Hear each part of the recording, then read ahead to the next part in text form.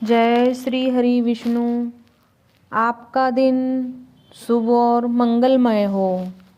आज हम आपको सुनाएंगे माघ मास महात्म्य अध्याय 16 चैप्टर 16। कार्तवीर्य कहने लगा कि हे भगवान, वह राक्षस कौन था और कांचन मालिनी कौन थी? उसने अपना धर्म कैसे दिया और उनका साथ कैसे हुआ? हे ऋषि अत्रि, ऋषि की संतानों के सूर्य, यह कथा सुनाकर मेरा कौतूहल दूर कीजिए। तब दत्तात्रेय जी कहने लगे कि हे राजन, इस पुरातन विचित्र इतिहास को सुनो। कांचन मालिनी का नाम की एक सुंदर अप्सरा थी, जो माघ मास में प्रयाग में स्नान करके कैलाश पर जा रही थी। तब उसको मार्ग में जाते हुए हिमालय के कुंज से एक घीर राक्षस ने देखा। उस सोने जैसे तेज वाली, सुंदर कटी वाली, बड़े बड़े नेत्रों वाली, चंद्रमुखी, सुंदर केश और पीन पयोघर वाली सुंदर अप्सरा को देखकर उस राक्षस ने कहा कि हे सुंदरी कमल नयनी, तुम कौन हो और कहाँ से आ रही हो? तुम्हारे वस्त्र और वेणी भीगी हुई है, क्यों है? तुम आकाश मार्ग से कहाँ जाती हो और किस पुण्य के प्रताप से तुम्हारा शरीर ऐसा तेजस्वी और रूप ऐसा मनोहर है? तुम्हारे गीले वस्त्र से मेरे मस्तक पर गिरे हुए एक बूंद जल से मेरे क्रूर मन को एकदम शांति प्राप्त हो गई। इसका क्या कारण है? तुम बड़ी शीलवती प्रतीत होती हो, इसका कारण मुझसे कहिए। अप्सरा ने कहा कि हे राक्षस, सुनो, मैं काम रूपनी अप्सरा हूँ। मैं प्रयाग में संगम में स्नान करके आ रही हूँ। इसी से मेरे वस्त्र भीगे हैं। अब कैलाश पर जा रही हूँ, जहाँ पर श्री शिव निवास करते हैं। त्रिवेणी के जल से मेरी सब क्रूरता दूर हो गई, जिससे पुण्य के प्रभाव से मैं इतनी सुंदर और पार्वती जी की प्रिय सखी हुई। जो आश्चर्य देने वाला उदाहरण मुझसे ब्रह्मा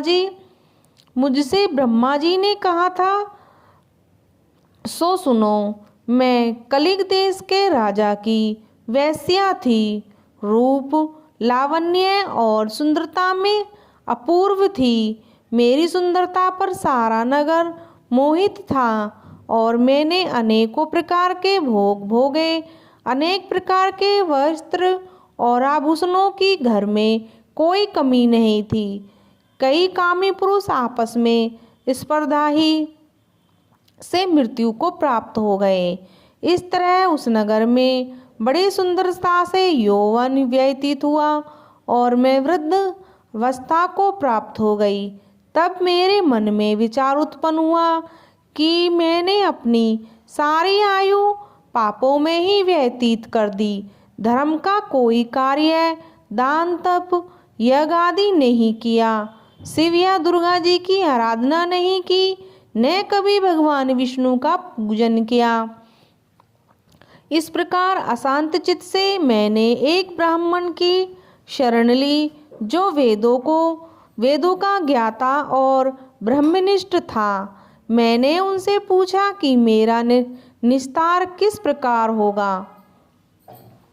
महाराज, साधु सज्जन, अच्छे और बुरे सभी दया करते हैं, इसलिए मुझ दीन पर भी कृपा करके मुझ कीचड़ में डूबी हुई को पकड़कर उबारिए। हे क्षीर सागर, क्या हंस को ही दूध देता है, बत्तख को नहीं देता?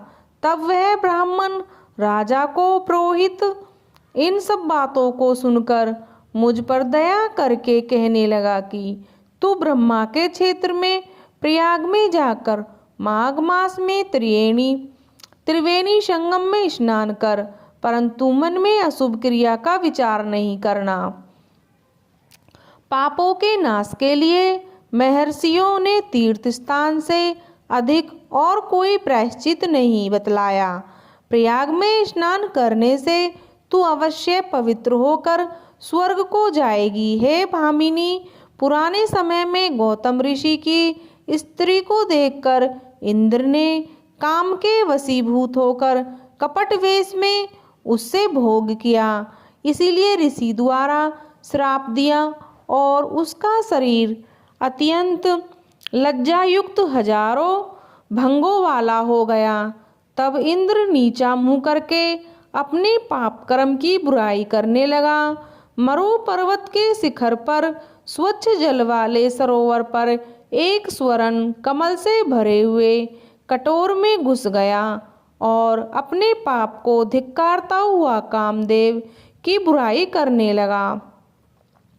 यह सब पापों को मूल है, यह सब पापों का मूल है। इसके ही वशीभूत होकर मनुष्य नरक में जाते हैं और अपने धर्म, कीर्ति, यश और धैर्य का नाश करते हैं। इंद्र ऐसा सोच रहा था, सो इंद्र के बिना सारा देवलोक शोभाहीन हो गया।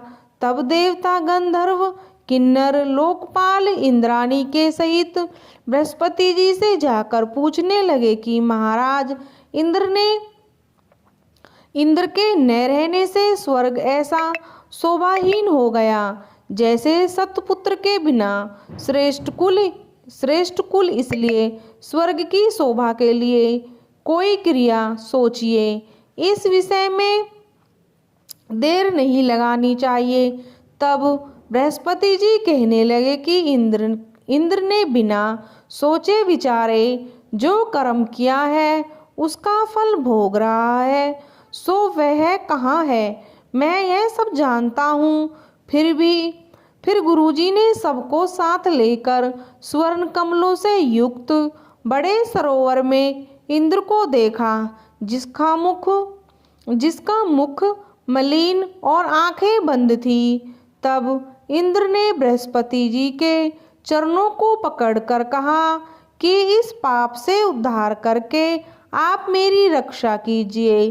तब बृहस्पति जी ने इंद्र से कहा कि प्रयाग में स्नान करने से ही तुम पाप मुक्त हो जाओगे।